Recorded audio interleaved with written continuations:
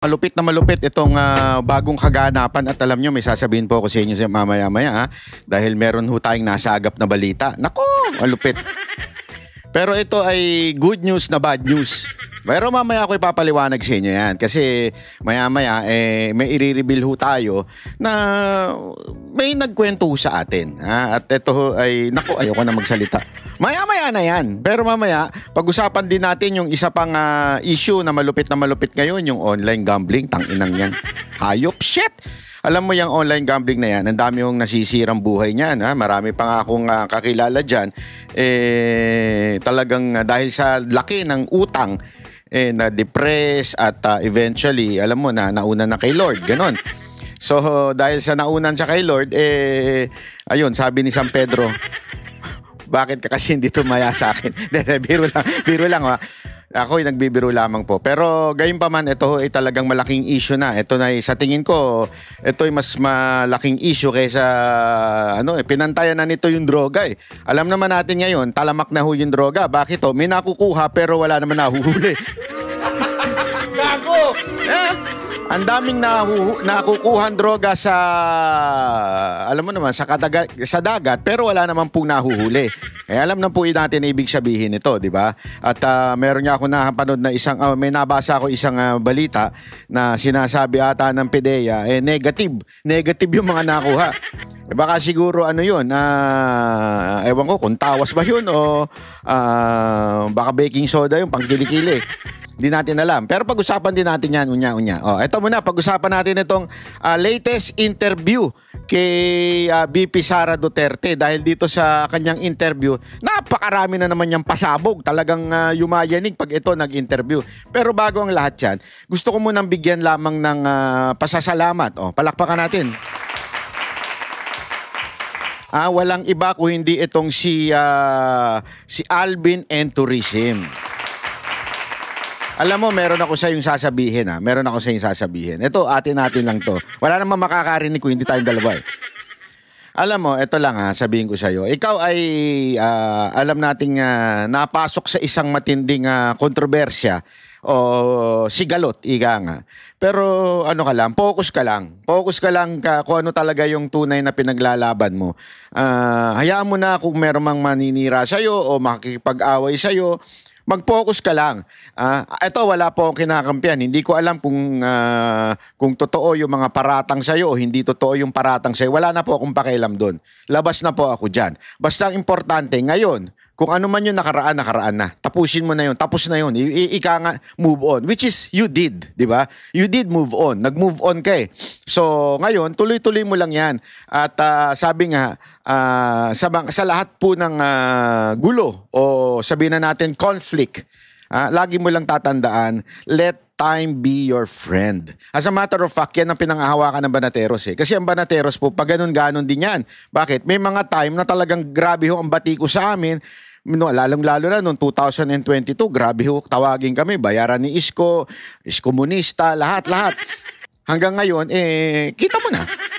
Nagbalikan lahat, di ba? At marami pa nga nagsasabi, sana si Isko na lang, di ba? I mean, sabi ko nga sa mga kasama ko, let time be our friend.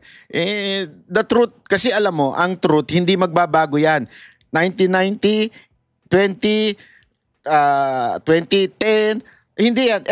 Even after 10 years or every decade, hindi mo magbabago ang ang katotohanan. Kahit anong gawin mo, katotohanan yan. Ang ginto yan. Kahit saan mo padaanin yan, hugasan mo, lagyan mo suka, lahat yan, ginto yan. It will never change. Okay? So what do I mean? Ganun din, if you think you are on the truth, or you are in the truth, pangawakan mo lang yan. At eventually, lalabas sa taong bayan kung sino talaga ang tama at may tama. Ayun lang, kasimple yun. Yeah?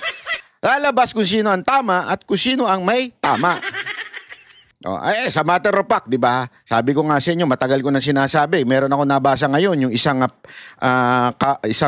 caption na nire-reveal kung sino itong basta, hindi ko na papangalanan kasi yung pangalan niya masagwa na eh. Ito to. Hindi ko na papangalanan. May lumabas sa isang na ang sabi doon unmasking this person, this particular vlogger. Sa loob-loob ko, ngayon nyo lang na-realize yan. Hindi, sorry I mean, salamat at na-realize nyo. Pero ngayon nyo lang na-realize yan. Kami, alam na namin yan noon pa. As a matter of fact, binanatan ko yan mag-isa. Ilang beses na po ako dyan. Marami na po akong ginanyan. At marami na po ang masasabi nating nagalit sa akin. Alam mo, ito bigyan ko halimbawa, yung kay Thinking Pinoy. Naalala nyo nun? Marami nagsasabi nyo, wala ang level yung utak mo kay Thinking Pinoy. Wala, blah, blah, blah. Bubula bibig nyo. Sino ka ba? Mas matalino si Thinking Pinoy, blah, blah, blah. Eventually, napatunayan ko sa inyo na Japex yung tao.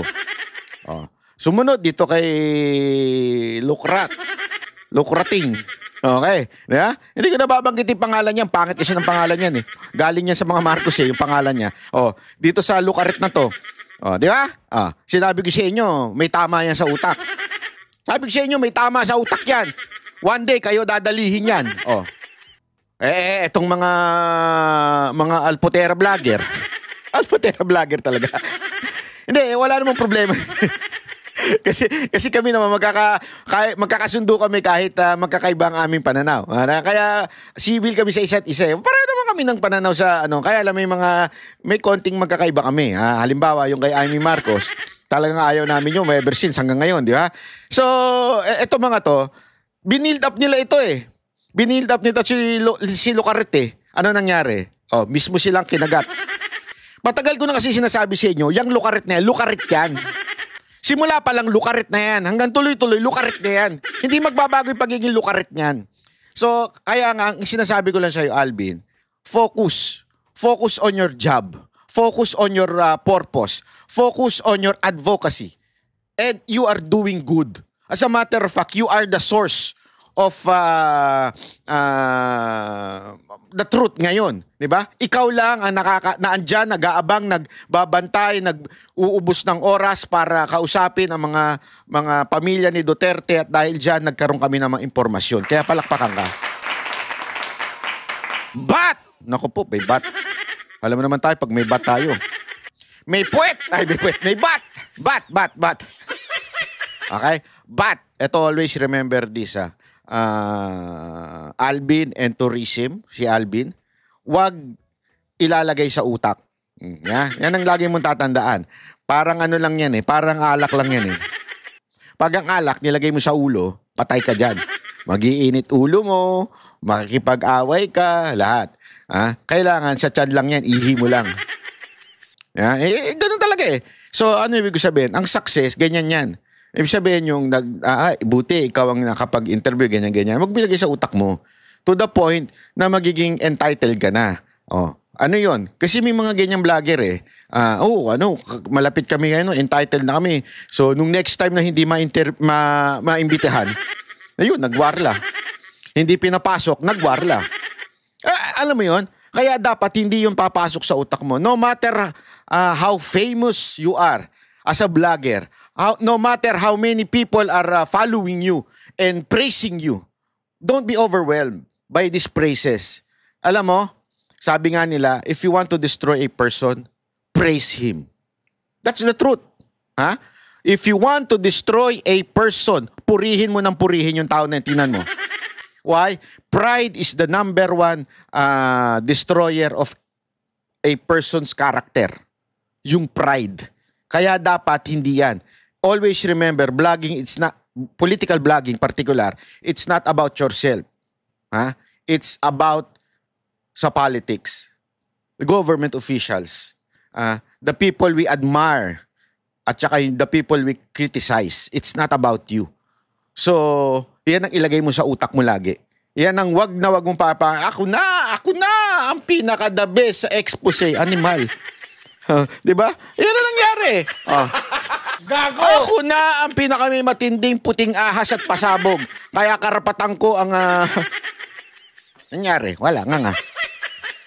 Ang tawag dyan, TP 2.0. Yan ang nagpabagsak kay TP. Yung lumaki na yung ulo. Maaring literal o maaring figure of speech. Pero... lumaki ulo. Pag lumaki ulo mo, wala na. Yan ang lagi mong tatandaan. Istorya ni Lucifer. Lumaki ulo, naging proud. Hanggang sa naging rebelde. At yan din ang pinapasa niya sa human. Di ba? Remember, he is an angel of light. He is an angel. And eventually, because of pride, he formed a rebellion na tapos naggrupo siya ng rebelde and naging Satan, di ba? So the same thing, ayan ang ipinapasa niya sa tao. Sa matter of fact, yan ang sinabi niya kay Adan at Eva. Di ba? But Adan, yan ang hindi sila sumayaw, ha? Pero sinabi niya kay Adan at kay Eva, di ba? You will be like God. Oh. You will possess knowledge. So, syempre, ito si Adan at Eva, because of the free will, sige, okay yan, ayos yan, panalo yan. Hindi na satisfied sa anumang meron siya. So, the same thing with you. As a matter of fact, it applies to everyone. Kahit sa opisina, kahit sa pamilya, kahit sa ang grupo, it applies. Pag you feel na ikaw ay entitled na, ikaw ay feeling na ikaw ay dapat ako na namumuno, ako na ang ganito, may karapatan, ay naku, patay kang bata ka. Maniwala ka sa akin. Kaya, Alvin, palakpakan ng iyong success, palakpakan. Pero always remember, stay humble, okay? Ma'am, kamusta po ang aming pinakamamahal na inyong ama, dating Pangulong Rodrigo Roa Duterte? Okay lang siya. Very good mood today. Una niyang nasabi noong pumasok ako, sabi niya hello. Yung braso ko daw ay doble ng braso niya. So, dalawang braso daw niya yung isang braso ko. Ma'am, pakilinaw po yung sinabi ni Ma'am Elizabeth na si Tatay. Kasi ma'am, marami talagang nabahala mga kababayan natin na si Tatay Digong daw ay ayan na. skin and bones. Ano po yung konsepto noon, ma'am? Pumayat siya ng sobra. Hindi niyo pa siya nakita ng ganito siya kapayat. Ganito siguro siya kapayat nung binata pa siya. Oo. So, laki ng pinayat niya. So, ito kung ito yung braso ko, doble ma. So, doble is kalahati. Doblete. Kalahati na lang nito ang braso niya. Pero health-wise, ma'am, okay naman siya, ma'am? So far, wala man siyang, tinanong namin siya kung may mga complaints siya, wala naman siyang nararamdam. Grabe, no? Alam mo, hindi natin malubos maisip kung ano yung sinasabi ni VP Sara Duterte na pumayat, di ba? Pero sabi ko nga kasi doblete, ibig sabihin talagang, at saka yung sinasabi niya kung ano yung itsura nung kabataan niya. Play natin. Daw. So, okay naman siya. On that note, kasi wala din naman siya sa hospital part ng prison. Nandun siya sa regular detention unit. Kasi lahat ng mga Pilipino, ma'am, talagang nagdadasal para sa speedy recovery ni PRRD kasi we are definitely more than willing to welcome him sa outside world. Oh yes, oo. Marami ang nagdadasal na sana ay mag-grant na yung ma-dismiss na yung kaso based on jurisdiction at hindi pa ma-desisyonan yun ngayon ay mabigyan siya ng interim release. Ma'am, meron bang mensahe si PRRD sa mga kababayan natin sa buong mundo? Sinabi niya na I did what I had to do for my country and then I have no regrets sa mga ginawa. Ma'am, nasabihan niyo ba siya na hindi talaga titigil yung mga Pilipino sa pagsuporta sa kanya sa pagpapakita ng siya? Oo. Nabanggit namin na nandito kayo. Nabanggit din namin yung walk for Duterte noong July 5 dito sa The Hague. Na-mention din namin yung run for Duterte sa Davao City at sa Cebu noong July 6. So alam niya. At saka yung upcoming July 19, ma'am. Oo. Ay, hindi pa. Tomorrow, babanggitin ko sa kanya yung July 19 at nabanggit ko din sa kanya na merong nagbigay na merong nagbigay ng perpetual mass sa kanya. So, araw-araw merong nagdadasal pa. Grabe, no? Ganun lang kasimple si VP Sara Duterte, no? Hi, ma'am. Hi, ma'am. Hi lang. Hi. Hindi katulad ni siya dyan. Oh, bumati ka, tanggal ka, protocol. Gago! Yeah. Oh, sino nagsabi sa'yo bumati ka? Hayop yan. Ma'am, meron po kayong message sa lahat ng mga kababayan natin sumusuporta? Unang-una, syempre, ang mensahe ng pagpapasalamat. So, lagi paulit-ulit yung pagpapasalamat namin sa ating mga kababayan sa buong mundo sa pagpapakita nila ng suporta at pagmamahal kay dating Pangulong Rodrigo Duterte at naiintindihan namin yung pag-aalala nila dahil yun din yung pag-aalala namin dahil sa kanyang edad, dahil sa kanyang health at naiintindihan din namin yung frustration nila sa kaso na ito dahil wala naman talagang basehan yung kaso, kaya sana ay ma-dismiss na siya doon sa petition sa jurisdiction. Ma'am, on another note, ano po yung opinion nyo sabi ni Senator Zubiri na yung Pakita lang natin mga kababayan. Alam nyo, ito this is not a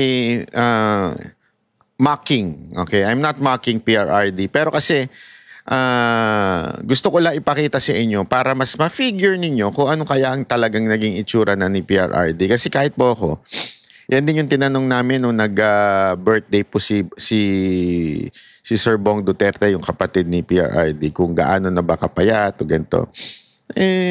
Alam mo, sabi nga ni VP Sara Duterte, doble na ng kanyang arms. So, pinaano ko kasi ChatGPT, nagbigay ako ng picture ni Pangulong Duterte nung siya ay presidente at siya nung binatilyo pa. Kasi doon siya payat nung yung binata pa siya, doon siya sa payat. So pinagsama, tiningnan. Sabi ko nga sana naman hindi ganito. Kasi alam mo sobrang naaawa ako. Parang ganito po siguro kapayat. Kasi nung nakita natin, 'di ba, bago po si PRRD bago po siya nadala yung nasa eroplano siya papuntang Dahig, talagang payat na siya. Mas payat pa daw talaga ngayon. So sabi ko nga, paano kaya itsura nito ni PRRD? And so pinagawa ko kay ChatGPT, tiningnan ko lang. Hindi ko again this is not to mock PRRD or para anuhin. Hindi, gusto ko lang ma-imagine kasi kung gaano nakapayat si PRRD talaga. Na ako mismo naawa na ako dahil 80 na yung tao. And I understand. Kasi naalala ko noon, nung lelang ko, lelong at lelang yung sa mga Ilocano. Yung lelang ko, nakita ko yung yung parang bata-bata pa. And nakita ko yun hanggang pagtanda at halos umabot na ng 100. Nakita ko yung pagpayat talaga. Kasi nga, when you're getting old, aside from hindi ka masyado ginaganahan kumain, yung pang mga muscle ay unti-unti nang nawawala. Kaya nga 'di ba ang sabi nila pag matanda kahit papaano magbuhat-buhat para kasi yung muscle. Yan ang isa sa mga nawawala aside from the fats, mawawala 'yon. Kasi hindi ka na kumakain na maayos tapos may muscle pa na nawawala. So kaya yung lelang ko talagang sobrang pumayat. Sa sobrang payat, pag hinawakan mo yung dito, mahahawakan mo na talaga buto lang. Ganun literal. Tapos nakalaylay na yung balat. Kasi nga, wala na kumakapit, wala nang muscle. So, alam mo, nung pinagawa ko to kay ChatGPT, sabi ko, grabe naman yan, OA naman. OA naman yung pagka-edit ni ChatGPT. Pero kung iisipin mo, sa edad ni Pangulong Duterte na 80, alam mo yun, ito'y posible na. Plus, hindi niya gusto yung mga pagkain sa loob. So, halos wala siyang carbs. Dinaig niya pa yung, anong tawag doon? Yung nagkikito o kaya nag-i-intermittent dahil di nga masyado siyang kumakain. Ang boses ng masa, hindi natatakot. Katotohanan lang, di kami nalulunod. Walang bahid ng sismis, lahat ay totoo. Kahit sino ka pa, pag mali ka babanatan ka. Walang pinipili kulay, wala kaming kinikilingan. Basta para sa bayan, kami lalaban. Pag tama palapakan, pag mali banatan. Di matitinag, di matatakot, para sa bayan tuloy ang sigaw. Sa harap ng kamera, walang halong takot. mga baluktot, lahat kayo'y tutumba. Ang hustisya at totoo, yun lang ang mahalaga. Kahit sinong harang, di kami matitinag. Walang pinipiling kulay, wala kaming kinikilingan. Basta para sa bayan, kami lalaban. Pag tama palakpakan, pag mali banatan. Di matitinag, di matatakot, para sa bayan tuloy ang sigaw. Kung nasa tama ka, ikaw ay aming kasama. Pero pag mali ka, handa ka na bang mabasag? Banateros kami, walang inuunan, dahil bayan muna bago ang sarili.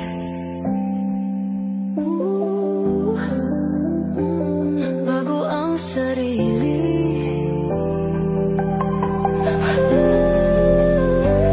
Pag tama palakpakan, pag mali banatan. Banateros ang sigaw, katotohanan ang laban.